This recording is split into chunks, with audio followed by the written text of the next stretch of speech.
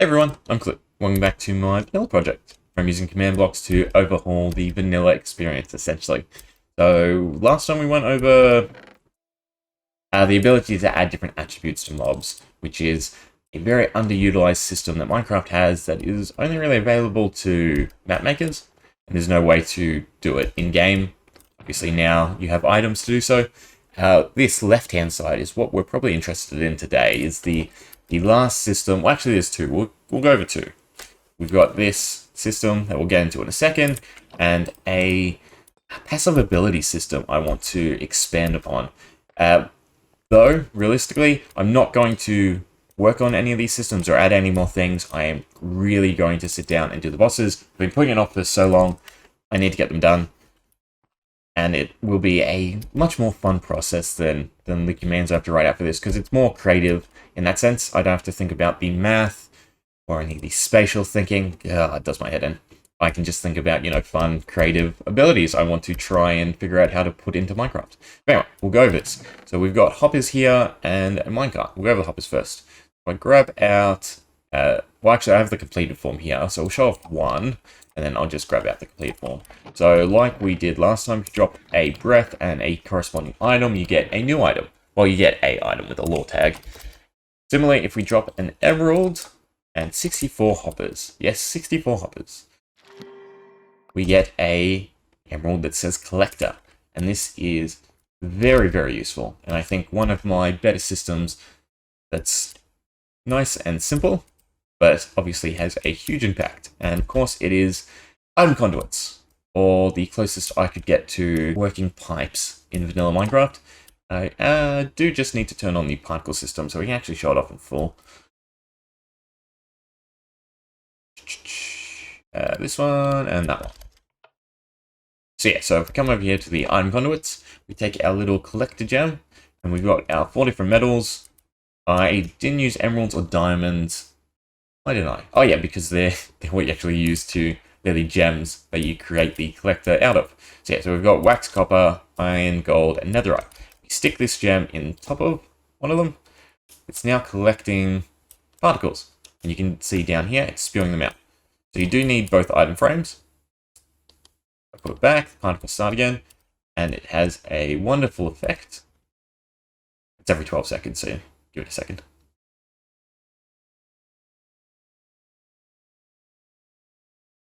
Oh, almost missed it.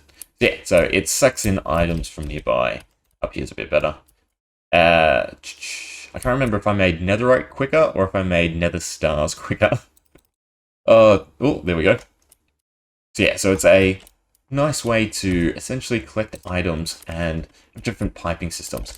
The benefit of the different metals and the system I've come up with, and I mulled over this for ages, is each of these work off a slightly different timer. So for instance, netherite is 3 seconds, that I do remember. Yeah, 3 seconds, 12 seconds, 12 seconds, 12 seconds. But if we start here, it should drop down to the netherite, and then the gold should pick it up next. Again, 12 seconds, so there we go. And then iron, and then copper, and then netherite will pick it up again, and it'll cycle through. So you can actually create working pipes by obviously alternating the metals, and that way you can have it traveling long distance over conventional piping like, what do we use in survival? We use water and ice? Is that right? And maybe slime blocks to push it? I can't remember it. But yeah, I just thought that was a neat system to develop. That was a neat system to develop. And if I do remember correctly, these alternate versions increase the distance. So diamonds and then nether stars. Obviously, make it fair, I have made it cost a lot. So if you obviously want to get around hoppers and normal piping, you're going to have a lot of iron, which that's another thing that Minecraft really needs, because aside from redstone contraptions, there's no big resource sink. And I hate games like this, where their sense of accomplishment comes from finding a thing to accomplish. So, in other words, the grind is essentially so you can grind something out. And that's unrewarding to me. I prefer this model of you have a feature and you just have to dump a bunch of resources into it. So what do I mean by that? So for instance, take someone who's completed their world. They now create a witch farm so that they can make potions. For what?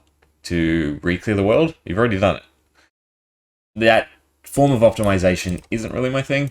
And yeah, it's fun watching people build giant things. I'm not good with redstone. I'm good with, well, I'm okay with commands. We're getting there.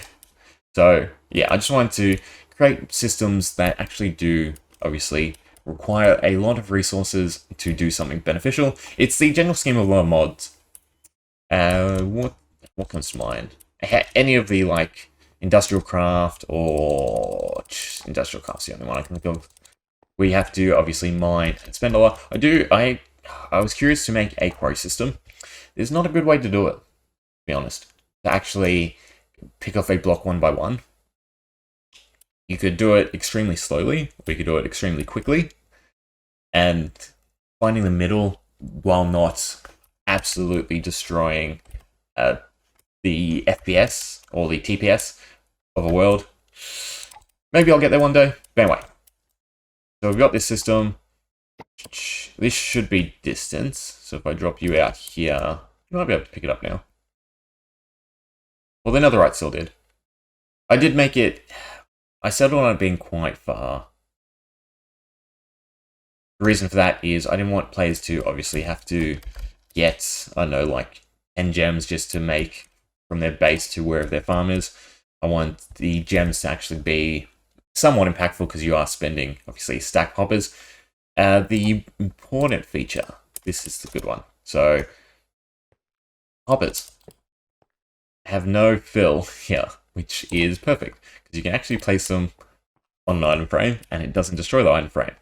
And what this means now is if we go through our cycle again, so I went to the netherite, went to the gold, went to the iron, and it doesn't go to the copper. That's because it's auto-deposited.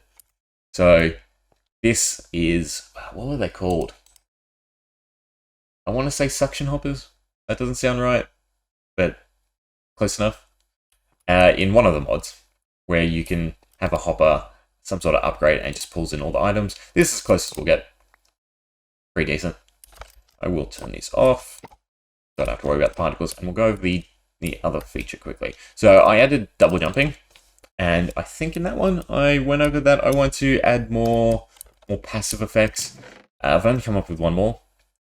I want, I don't know, maybe 5 at a minimum. I do also want to make them extremely hard to craft. Meaning, for instance, like double jump. My idea was you would have to go get a goat horn. You'd have to go take it somewhere else, do something with it, and then take it somewhere else and do something with it, like a giant fetch quest. I think that would be a neat idea to unlock these skills. But anyway, we've got defensive dash. Defensive dash is a pretty cool one. It's the closest I can get to dodge rolling. So it's all going to happen really quickly. So if I can direct your attention, watch this top hand corner. So when I sprint, there is a cooldown.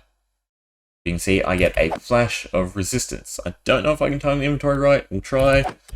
Oh, if you pause, you can probably see it.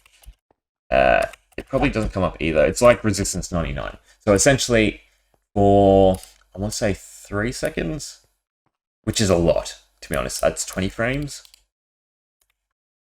Which one says it? Yeah, it's 3 seconds. So it is for 20 frames, for 60 frames, sorry. Because, no, is that right? 60 frames in a second, 20 ticks in a second. Yeah. No, it's more than that. Anyway, for a lot of frames, you're essentially invincible. So, you're going to get hit, you can dodge into the mob, you can dodge away. I wish you could double tap the straight buttons. Would make this a lot cooler.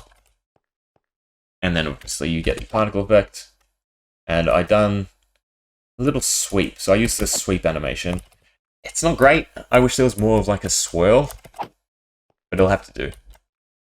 You can hear the little sound. Don't know what I used. But yeah.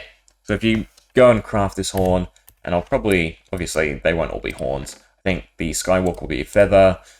Defensive dash might actually be better as a horn, and then the double jump could be like a rabbit's foot. But yeah, so you can use that to essentially add a combat dodge to Minecraft. Because the main thing I really want to do is I want to increase the mob difficulty.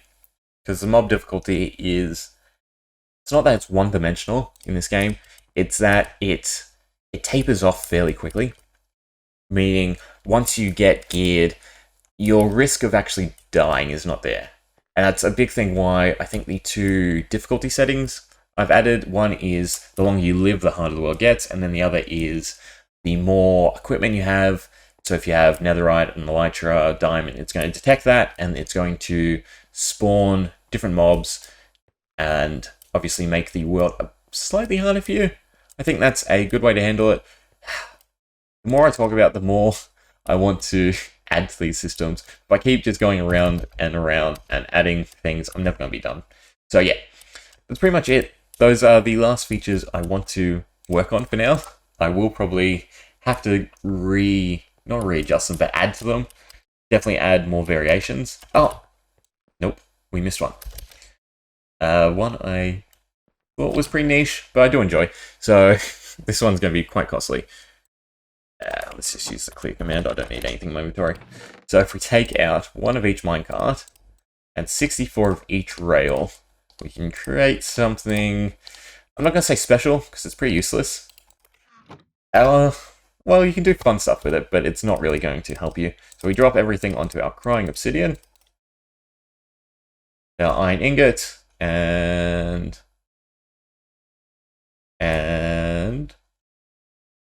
I need to go have a look. Maybe I just forgot to grab a normal minecart. Did I drop it? Did it get deleted? We'll try again. So 64 of each rail, all 4 minecarts except for TNT. Oh, that did work. And you get yourself a iron ingot that says Railmaker. What exactly does this do? Well, if you take out a minecart with a chest, you plop it down, you stick it in. Ready? Ooh. It creates rails. And the problem is you can't have a way to turn. The best thing I can come up with is if you set out a predetermined track. So if we stick out iron ingot again, don't push it this time. For instance, if we put a rail here, when it sets the rail down here, it will connect and go this way. So we can go there, we can go there, and there, and that should make a loop for us, right? No, it went over. I had to go over. I missed one, didn't I? Anyway, somewhat neat. And I've had a new thought. I've had it now. It's in the video. It's not breaking what I said earlier. And just like that, upgraded.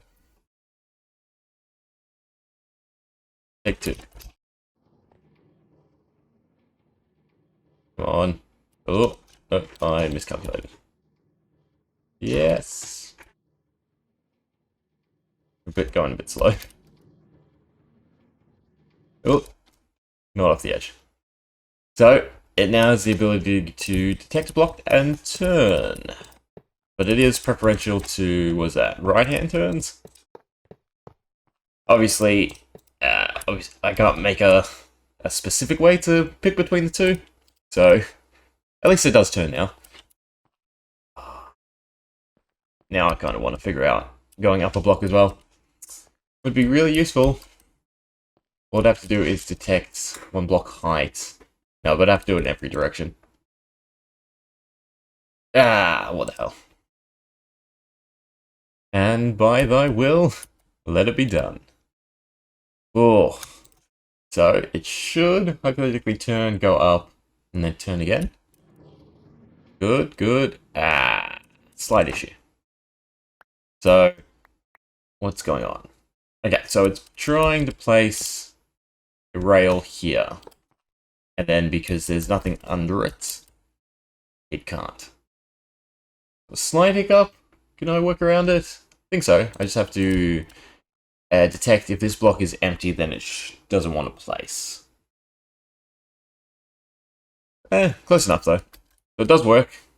It can now, you can dig a tunnel, you can put it in a minecart, and you can push the minecart, and it will lay track down for you. Should be good. Except for the right-hand turn thing. will it eventually fix itself? No, it would loop, wouldn't it? Because it would go and then get back onto this rail. So, works to a degree. Building tunnels, you gotta turn right though. Anyway, that'll do for this one. Hope you enjoyed. See ya.